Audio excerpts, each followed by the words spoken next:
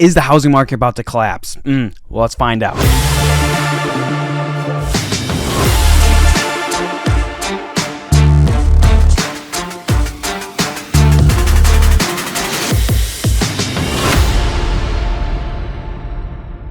What's up, everyone? My name is Cameron Hodge, and this channel I talk about making the move to and living in Orlando, Florida, and absolutely love it, dropping videos for you every single week.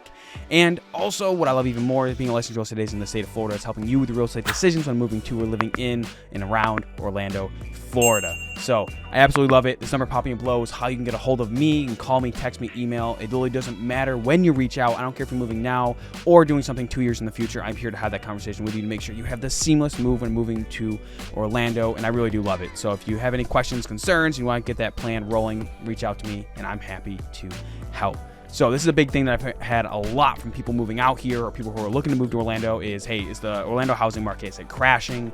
When is it going to come down? When can I look at buying a home? Like, I want to get the cheapest home possible, and I have a couple opinions on that. But first, getting into it, what are we currently seeing in the market? So if you don't know already, rates are easily 6.5%, 7% fluctuating on average, and they are not cheap. It is definitely feeling strain on the market, and everyone who is looking to buy right now is definitely feeling pressure. Now, do we see any drops in home prices?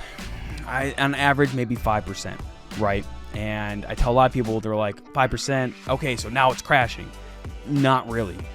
So when you look at a housing market, right, rates going up is how the federal government is trying to push down home prices. And it's working a little bit, right?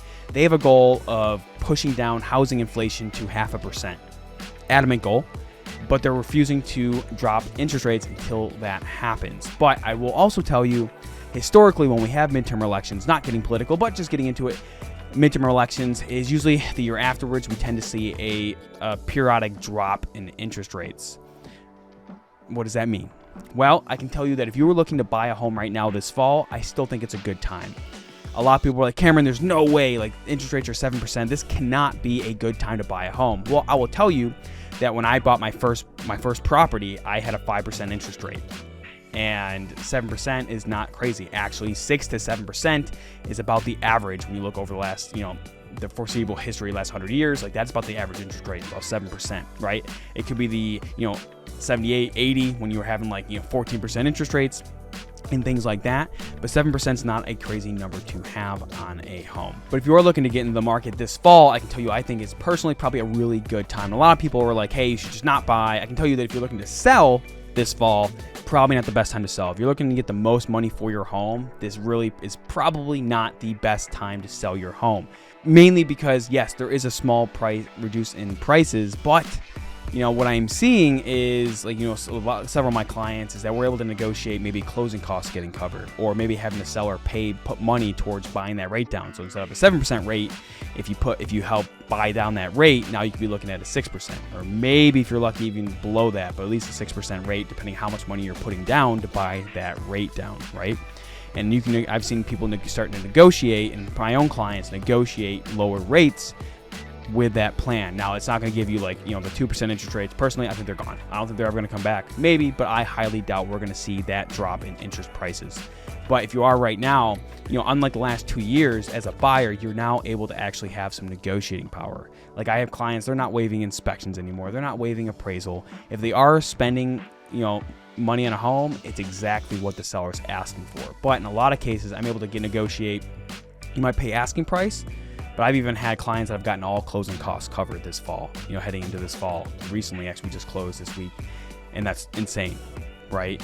And even properties where we're paying what the seller's asking, but it ends up appraising for more than what we're paying for. Not always, but that's what we're seeing. And I can tell you that if you are looking to buy right now in this fall, it can be a good time. I know rates suck. Personally, I think we are a ways off from fixing, the housing market as a whole. One thing you need to consider is inventory, right? So if you only have one home for 100 people, it's going to go way over list price on that home. And what are we seeing in Orlando? We're seeing that, for every 2 jobs that are created, we're getting 1 housing permit. And that is about even, right? We're not exceeding demand. We're pretty much meeting demand for how many people are moving here to Orlando, which is why you're seeing a small drop in housing prices, but not like you are in Phoenix or different metros like that, where they're seeing substantially more, 15% drop in home prices. Now, if you look in a lot of like major cities like LA, San Diego, or like, even New York City, like obviously there's like no room to expand. So there, for every 7 jobs that are created, only 1 housing permit is getting built. A lot worse. Now that's definitely a housing shortage. Here in Orlando, it looks like we're pretty much meeting need, but we're not exceeding it. And personally, I believe, I literally start this every single day, that until we actually have more homes in Orlando and we're actually exceeding the need, once we have too many homes, that's when you'll see a market correction. But it doesn't look like it's going to happen anytime soon. It takes time for the builders to come through. We're still seeing high prices for building costs, and rates are not helping. So builders aren't quite incentivized because they have to make sure they can make a profit. Hey, it's a for-profit business. That's what they're trying to do. And no government entity is going to come in and be able to save that fact. And I don't care what you say, it's not going to happen. So this means it's going to be sticking around for several years. Now, if you're someone who's like, I'm coming to Orlando, I want to buy, I'm into it, I still think this fall is a great time. Now, what happens next year if we see a small reduction in interest rates?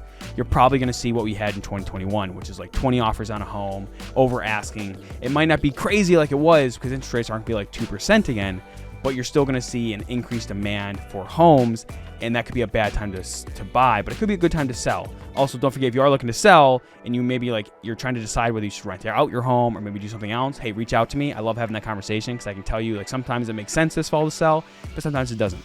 Now, a lot of people are like, hey, here's another thing. On the next point is I want to wait for the housing market to crash. I can tell you that I still met people from 2008 that they were like, I'm waiting for the housing market to crash. And here we are in 2022. Yes, I certainly believe we eventually will see a market correction. But within the next 5 years, probably not. And yes, you can be like, hey, I'm just going to rent and I'm going to wait. Well, guess what? Even what happened in 2008, rents still increased. So you can be still paying rent, but you're still stuck in that same loop and turn and turn and turn. And what I tell people is if you're buying a home with at least a mindset of a 5-year cycle, more often than not, you're probably going to be okay because you're paying mortgage, you're paying it down, and no matter what, you're still going to see some appreciation. And don't forget, even when the market crashed in 2008, it was still more expensive than they were in 1960. So remember, it's not all about perspective. Now, I do feel for a lot of my home buyers because with rates being higher, I'm so tired of hearing the saying that people are like, well, it's usually our parents or grandparents, I had a 14% rate or I had a 7% rate in 2000 when I bought my home. It's like, you're right, for half the housing cost, and property taxes weren't as high, utilities were a little bit cheaper. So there's a lot of factors that go into yes, homes are more expensive now. But what I always tell a lot of my clients is look, homes evidently are going to continue to get harder and harder to get into a home. So you can sit now, you can wait it out, or you can find a professional who's able to negotiate closing costs being paid for, or the seller buying down your rate, or maybe you forego all of that, but you get all your repairs completed on a home when you buy it. Now, we are seeing inventory go up a little bit. So now instead of having to make an offer on a weekend, now you might get a week to make an offer. You have time to shop around. You have a little bit more options than you did before. It's not a lot, but there is a little bit increase of homes for you to consider that are on the market. So it does give you power as a buyer. And it's not an easy situation. It's not to say, no one has a crystal ball. No one can say, hey, the market's going to crash this time. But I can tell you that it really comes down to what you're trying to do. If you're ready to get in the market and you're ready to buy, then now could be the time to do it. But you have to do it smartly. You have to make sure you follow your plan, what you want to negotiate on, your non-negotiables, what you're willing to do to get into a home. And then you sit down with someone like me. We make that plan. We figure out exactly what needs to happen. Now, I have a lot of clients who are moving next spring. So if rates drop down, yeah, that's great. The rates are lower. But now they're probably going to see more appreciation in home prices. And it doesn't even have to be that much. I mean, imagine people get so used to 7% interest rate that now all of a sudden, if interest rates drop down to 5.5 again, it's probably people are going to, when you get accustomed to 7%, all of a sudden you hit 5.5, people are like, holy cow, 5.5% interest rate, I'm ready to get into this. So remember, that's what you need to consider is the long-term play.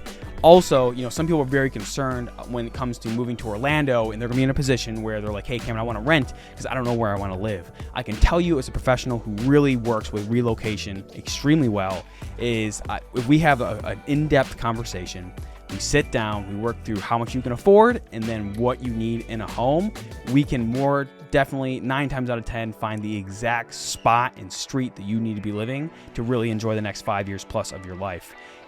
Maybe, but obviously I get that some of you might have a tougher financial situation. That's fine. I get it. But real estate is never a one and done thing. You need to do it smartly and work up and step up. It's like going upstairs, not an escalator. Like, it doesn't carry you. You need to get onto it in order to be going up those steps. So again, wrap everything up. Will the market crash? No one has a crystal ball. I can tell you, looking at the data, because that's what I love to do, is looking at data, is that we're just not there. We need more homes to be built. And yes, we might see a small reduction in housing prices, but interest rates are substantially higher. It does give you a lot of opportunity, depending what you're trying to do in this market as a buyer. You now can negotiate. You now can kind of give a give and take. It's what I love to consider like a neutral market, where the sellers and the buyers are both negotiating. We're able to work something out. Not like the last year where sellers could do whatever they wanted to. They could ask for your firstborn child and they were getting it. I didn't like it. It does make me happy. But now I'm actually starting to see clients start to actually get really crazy, amazing situations. And you could be in that same situation yourself if you time it right and you know what you're going into to make sure you get the best situation possible. Because I can promise you, I'd say you're looking to invest, different story. But if you're just looking to buy a home to live in, if you find the right home and property to where you're like, I am extremely happy here, I can tell you from personal experience, like the price doesn't always matter as long as you can afford it and you love where it is. Because if that all lines up, then you are in a great position to really enjoy your time here in Orlando. But if you're on the looking to move to Orlando, and this whole video kind of give you into insight, and you're like, you have way more questions, because this is not a one size fit all. This number popping below is how you can get a hold of me. Call, text, email. I don't care when you do it. I am here to help you. I don't care if it's now, 2 years in the future. I love having that conversation with you, and we can stay in touch to make sure we are ready and you are ready when that time comes. Hope you got value in this video. Look forward to seeing you in the next one.